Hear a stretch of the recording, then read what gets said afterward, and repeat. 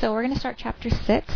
We're starting with rational expressions, Section 6.1. What's a rational expression? Well, it's an algebraic fraction with a numerator and denominator that are polynomials. So some examples are 1 over x, m over n plus 1, y squared minus 1 over y squared plus 2y plus 1.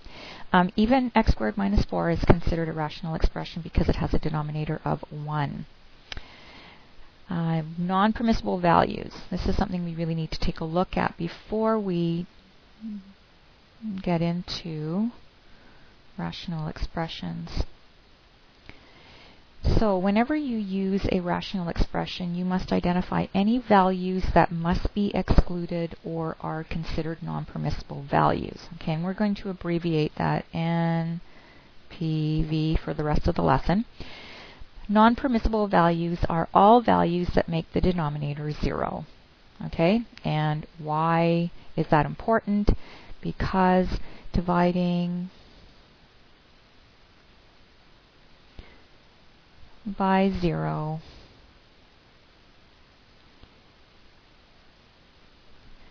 makes the expression undefined.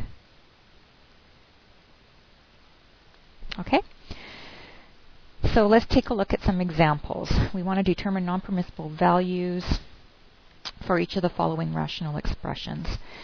So if we take a look at 5t over 4sr squared, we note that our denominator is 4sr squared, and we have two variables there. We have s and r squared.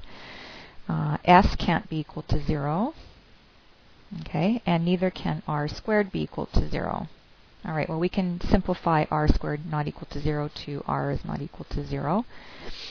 And so our non-permissible value is 0 for s and r. All right, and you can try it out. We'll try it out for s is 0. We'll take our expression 5t over 4, and if I plug in 0 for s, well, 4 times 0 times r squared is 0, so you have 5t over 0, which is undefined. All right, so next one, 3x over x times 2x minus 3. All right, notice we've got two terms in the, well, we've got one term, but we've got two parts to it, right? We have x and we have 2x minus 3.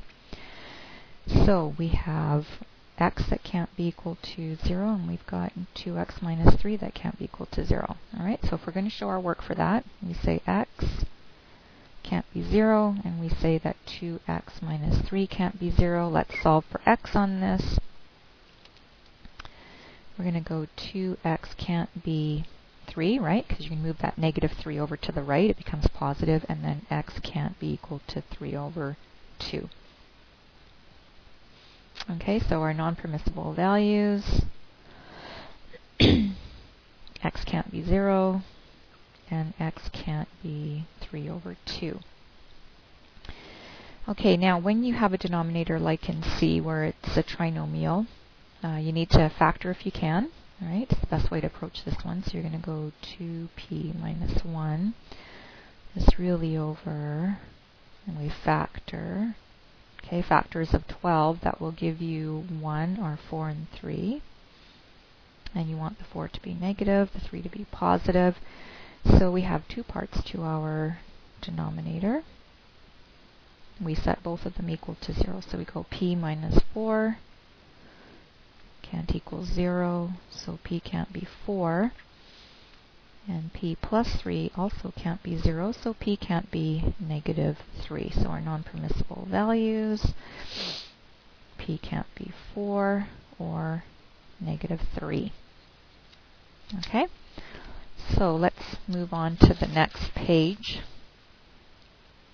All right, now a lot of this stuff on here is just some theory. Okay, so I'll move through it somewhat quickly. Okay, what are equivalent rational expressions?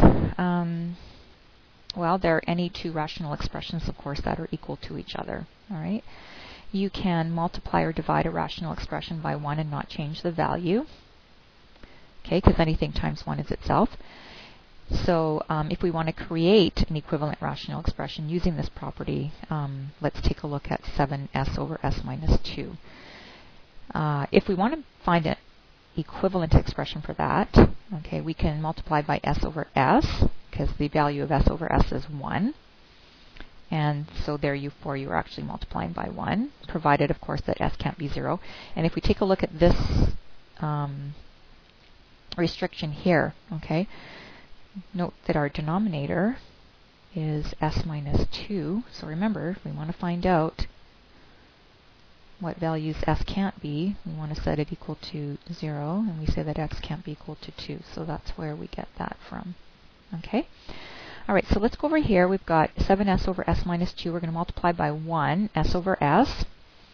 So in the numerator, we're going to get 7s times s, which is 7s squared, and in the denominator, s times s minus 2. And recall, once again, that s can't be 0 and it can't be 2. Now we're going to combine these two restrictions, okay, because we have a denominator of s times s minus 2. Okay, so we have to list both restrictions. So the rational expressions of 7s over s minus 2 where s can't be 2, and 7s squared over s times s minus 2 where s can't be 0 or 2 are equivalent. Similarly, you can show that 7s over s minus 2 where s can't be 2 is the same as 7s over 7s minus 2 times s plus 2 over s plus 2, because s plus 2 over s plus 2 equals 1. So we're just multiplying by 1 again. And note that this time your restriction is s can't be plus or minus 2. And that's because in our denominator we have s minus 2 and s plus 2. We make both of them not equal to 0.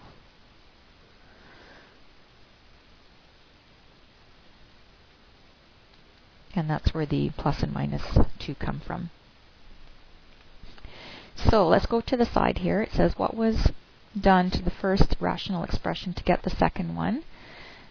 We'll do that with respect to, let's do it with respect to this one. And it's because we multiplied by s plus 2 over s plus 2, which is equal to 1. Okay, so in a sense, you can summarize that just by saying we're multiplying by 1. Okay, so how do we simplify rational expressions? Basically, that means reducing. Okay. Writing a rational number in lowest terms and simplifying a rational expression involves similar steps. So let's take just the fraction 9 over 12. If we write 9 as its factors 3 times 3 and 12 as its factors of 3 times 4, we can see that we can reduce the 3's. We get 1 over 1 for that, and we're left with 3 over 4. So we've reduced as much as we can. We can do the same thing if we have variables. Okay? So what we want to do, we want to choose the variable that has the lowest exponent, whether it's in the numerator or the denominator. So for m squared, for the m, it's m squared, and for the t's, it's t to the 1. And we will split m cubed then into m squared times m, and then we have t also, so times t. And then in the denominator we have m squared, and we'll split the t4 into t times t3. That way you can reduce your m squared over m squared and your t over t, and what you're left with is m over t cubed. And note your restrictions, m can't be 0 and t can't be 0. So to simplify a rational expression, divide both the numerator and denominator by any factors that are common to the numerator and the denominator. All right, so that's what we did up here. Okay, so we just chose the lowest numbered exponent in the numerator and the denominator and used that to reduce with. So just to summarize, recall that a times b over a times c is the same thing as a over a times b over c. And we know that a over a is 1. So we can reduce, right? So what that means is that AB over AC is the same as B over C, where A, B, and C are polynomial factors. When a rational expression is in simplest form, or its lowest terms, the numerator and denominator have no common factors other than 1. Okay, so that means we're completely reduced.